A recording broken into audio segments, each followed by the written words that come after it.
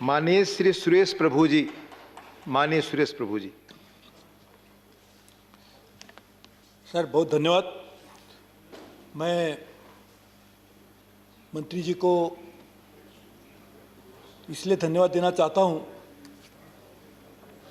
कि ये बिल सिर्फ एक कानून में परिवर्तित करने के लिए हमारे सामने नहीं है, लेकिन उसके जरिए देश की अर्थव्यवस्था को भी बढ़ोतरी लाने के लिए और सक्षम बनाने के लिए भी इसकी बहुत बड़ी सहायता होगी। हम सब जानते हैं कि 7,600 किलोमीटर से ज़्यादा हमारे पास देश की कोस्ट लाइन है। इतनी बड़ी कोस्ट लाइन होने के बावजूद भी दुर्भाग्य से अभी 2 साल के बाद हमारे देश को स्वतंत्रता की 75 साल पूरे हो गए, लेकिन देश के बंदरगाह में जितना विकास होना चाहिए था उतना नहीं हुआ। और जैसे हमारे प्रधानमंत्री जी कहते हैं कि सिर्फ बंदरों का विकास नहीं होना चाहिए, तो पोर्ट लेड डेवलपमेंट होनी चाहिए। यानी बंदरों का विकास तो होगा ही, लेकिन उसके कंधे पर बैठते हुए पूरे देश का विकास भी उसके सहारे हो सकता है। और करने के लिए बंदरों का विकास करना जरूरी है। और इसलिए ये बिल लाने के बाद आपने एक परिवर्तन करने के लिए एक जो प्रावधान किया उसके लिए मैं धन्यवाद देता हूँ। वैसे तो मेरे मित्र शक्ति सिंह जी ने कहा कि वो उनकी तारीफ नहीं करेंगे, लेकिन मैं तारीफ करना चाहता हूँ इसलिए क्योंकि आंकड़ों के द्वारा मैं तारीफ करना चाहता हूँ। हमारी देश में टर्न अराउंड टाइम एक बहुत बड़ी समस्या थी पोर्ट की। 14-15 में 96 आवर्स लगते थे। पिछले साल सिर्फ 61 आवर्स में आज टर्न अराउंड टाइम हो गया। शिप बर्थडे का आउटपुट जो था वो 12,458 टन था, उसको बढ़ोतरी होते हुए 16,433 तक आ गया। ई पोर्ट बनने की एक नई पहल आपने शुरू की है। साथ ही में पूरी अकाउंटिंग स्टैंडर्ड बदलने के लिए भी आप जो प्रयास करें उसके द्वारा पूरी मात्रा में पारदर्शिता आएगी और साथ ही में देश की अर्थव्यवस्था को भी बढ़ोतरी मिलेगी। सर हम सब जानते हैं कि दुर्भाग्य से पोर्ट की तरफ जो ध्यान देने की जरूरत ही नहीं हुआ। गुजरात हमारी देश की सबसे बड़ी कोस्ट लाइन आज गुजरात में, और इसलिए हमारे प्रधानमंत्री जी भी वहां से आते हैं, हमारे मंत्री भी वहां से आते हैं। इसलिए स्वाभाविक है कि पोर्ट के ऊपर ध्यान दिया जा रहा है। लेकिन मैं कहना चाहता हूं मंत्री जी कि ये तो पहले जो कानून की बात है, ये कानून में जो प्रावधान है ये बहुत ही जरूरी प्रावधान है। प्रावधान क्या है? ये जो बिल में प्रावधान है कानून में परिवर्तित अभी होगा, लेकिन क्या है कि सबसे पहले हमारी जो पोर्ट को मैनेजमेंट होती है उसमें यदि दिल्ली से उसको डायरेक्शन दिया जाएगा, दिल्ली में पोर्ट एक भी नहीं है, लेकिन दिल्ली से डायरेक्शन दी जाएगा कि गुजरात का पोर्ट, महाराष्ट्र का पोर्ट, तमिलनाडु का पोर्ट कैसे चले। यह प्रावधान है कि उसमें ऑटोनॉमी देते हुए पूरी मात्रा में पोर्ट की मैनेजमेंट पूरी मात्रा में प्रोफेशनलाइज की जाएगी। यानी मंत्री जी अपने अधिकार छोड़ते हुए वो पोर्ट की मैनेजमेंट को दे रहे। ऑटोनॉमी आएगी, प्रोफेशनलिज्म आएगा।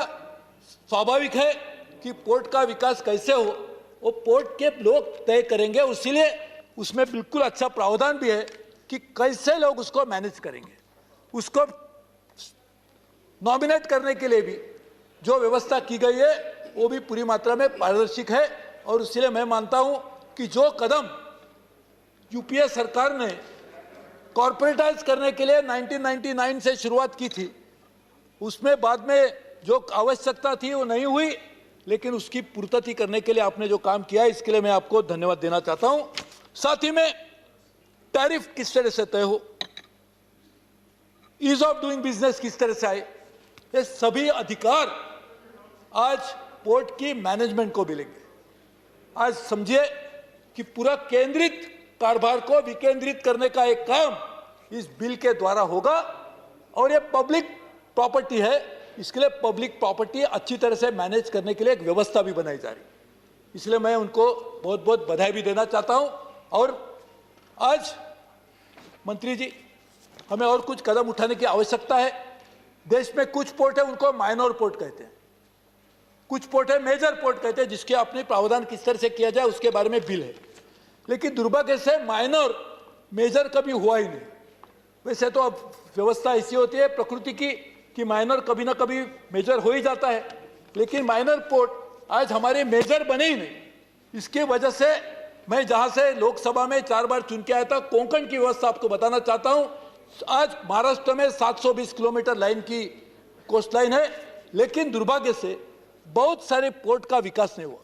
तो मंत्री जी, मैं आपको विनती करूंगा कि वो माइनर पोर्ट की जिम्मेदारी राज्यों के कंधों पर है, ये सही है, लेकिन राज्य सरकारें जो काम नहीं कर सकती उनके लिए भी आप मदद कीजिए, उनके सहायता से माइनर पोर्ट का भी विकास कीजिए, ताकि पूरे देश में पोर्ट का विकास होगा। सर, तो अटल बिहारी वाजपेयी के समय में एक सागरमाला योजना बनाई गई थी।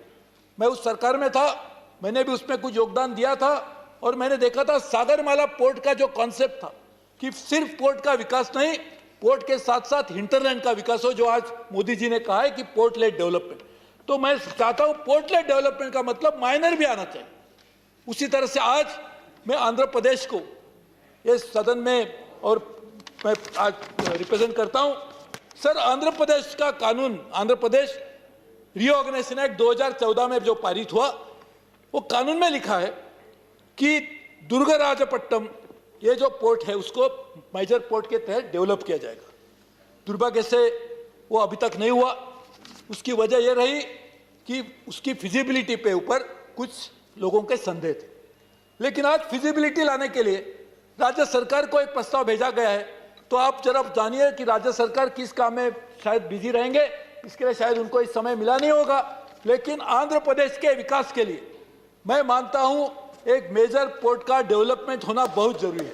और आंध्र प्रदेश जैसा राज्य जो सही माने में आज विभाजन होने के बाद जो कठिन समय से गुजर रहा है, उसके ऊपर भी उसका एक बहुत बड़ा पॉजिटिव इंपैक्ट आएगा। वहां पे लोगों को एम्प्लॉयमेंट भी मिलेगी और पोर्ट के कारण वहां पे कारोबार भी बढ़ेगा। वैसे देखा जाए तो कुछ समय से जो हमारे देश में अलग अलग निजी कंपनियों ने भी पोर्ट डेवलप किए, लेकिन उसका लाभ देश को ही हुआ। सर, यदि हमारी अर्थव्यवस्था बढ़नी चाहिए, ये तो सभी का उद्देश्य होना चाहिए। यदि 5 ट्रिलियन 10 ट्रिलियन तक हम जरूर पहुंचेंगे, कब पहुंचेंगे उसके ऊपर निर्भर करता है कि किस तरह से विकास करने के लिए इंफ्रास्ट्रक्चर में ग्रोथ करेंगे। तो इंफ्रास्ट्रक्चर करने के लिए पोर्ट का एक बहुत बड़ा अहम महत्व होगा। इसके लिए भी निजी क्षेत्र के लोगों ने भी जो उसमें योगदान दिया है उसको भी याद रखना चाहिए। सर, अभी एक बात है कि आजकल मल्टी मॉडल ट्रांसपोर्ट एक रियलिटी हो गई। मल्टी मॉडल के बिना आप लॉजिस्टिक को नहीं चला सकते। रेल हो, रोड्स हो, पोर्ट हो, सी पोर्ट हो, ये सभी को मिलकर काम करने की जरूरत है। और इसलिए मैं प्रधानमंत्री को धन्यवाद देता हूं। जब मैं देश का कॉमर्स मंत्री था, उस समय पहली बार लॉजिस्टिक का एक डिपार्टमेंट नहीं तो लॉजिस्टिक का एक डिवीजन बनाते हुए उसको कॉमर्स मिनिस्ट्री के साथ जोड़ दिया था, और लॉजिस्टिक का एक प्लान भी हम लोगों ने उस समय बनाया था। मैं मंत्री जी आपको विनती करूंगा कि एक मल्टी मॉडल ट्रांसपोर्टेशन को भी पोर्ट डेवलपमेंट के साथ जोड़ दीजिए। पोर्ट डेवलपमेंट यदि होगी, क्योंकि पोर्ट को भी तो कार्गो चाहिए, कार्गो नहीं आएगा तो पोर्ट डेवलप कैसे होगा। इधर इंपोर्टेड कार्गो और एक्सपोर्ट कार्गो जो तो पोर्ट में आएगा तो ही पोर्ट का विकास होगा। लेकिन दोनों लाने के लिए वो जो फीडिंग पॉइंट है वो तो मल्टी मॉडल से आपके पास आएंगे। तो इसके लिए मल्टी मॉडल ट्रांसपोर्ट डेवलप करने के लिए, मल्टी मॉडल हब बनाने के लिए भी ये पोर्ट में भी हमें उसमें ज़्यादा से ज़्यादा ध्यान देने की ज़रूरत है। हमें इस बात की बहुत आनंद है कि आज अलग अलग पोर्ट को डेवलप करने का काम चल भी रहा है। लेकिन मैं सर समझता हूँ कि आप देखिए, कोलंबो ये हमारे से कुछ ज़्यादा दूर नहीं है, लेकिन सबसे ज़्यादा ट्रांसशिपमेंट वहाँ से होता है। उसका लोकेशन का भी एडवांटेज उनको जरूर मिला है। लेकिन मैं चाहता हूँ कि यदि हमारे ईस्ट कोस्ट और वेस्ट कोस्ट दोनों के ऊपर रहे हुए सभी पोर्ट को हम विकास करेंगे और उसके मैनेजमेंट जिस तरह से आपने बिल में लिखा है उसी तरह से उसका मैनेजमेंट का एक मॉडल भी बनेगा, तो मैं मानता हूं उसका एक कारण भी बनेगा कि उसके तहत लोगों को नई रोजगार की संधियां भी मिलेगी।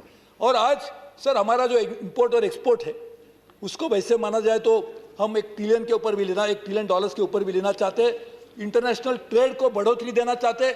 और जब हमारी देश पूरे विश्व में सबसे ज्यादा जीडीपी ग्रोथ था, 22-23% से भी ज्यादा, उस समय भी हमारा मैरीटाइम ट्रेड, इंटरनेशनल ट्रेड बढ़ा था। और मैरीटाइम की वजह से इंटरनेशनल ट्रेड बढ़ेगा और मैरीटाइम बढ़ाने के लिए पोर्ट को बढ़ाने की जरूरत है। इसलिए आज के बिल के कारण जो नई विकास की एक नई दिशा हमको मिलेगी, उसके लिए मैं आपको और मेरे प्रधानमंत्री जी को भी बहुत बहुत धन्यवाद देना चाहता हूं और ये उम्मीद रखता हूं कि ये बिल सभी लोग एक मत से इसीलिए पास करेंगे क्योंकि मैं नहीं समझता हूं कि जो विकास को विरोध करने के लिए कोई भी यहां पर सदन में रह सकता है और विकास करने के लिए पोर्ट का विकास करना जरूरी है और पोर्ट का विकास करने के लिए ये बिल की इसलिए जरूरत है क्योंकि प्रोफेशनल तरीके से मैनेजमेंट की तरफ से ही पोर्ट का विकास होगा। इसके लिए मैं उसको पूरी तरह से समर्थन देता हूं और ये बिल पारित लाने के लिए भी दोबारा सरकार को और मंत्री जी को धन्यवाद देता हूं। जय हिंद। धन्यवाद माननीय सुरेश प्रभु जी। माननीय सुखेंदु शेखर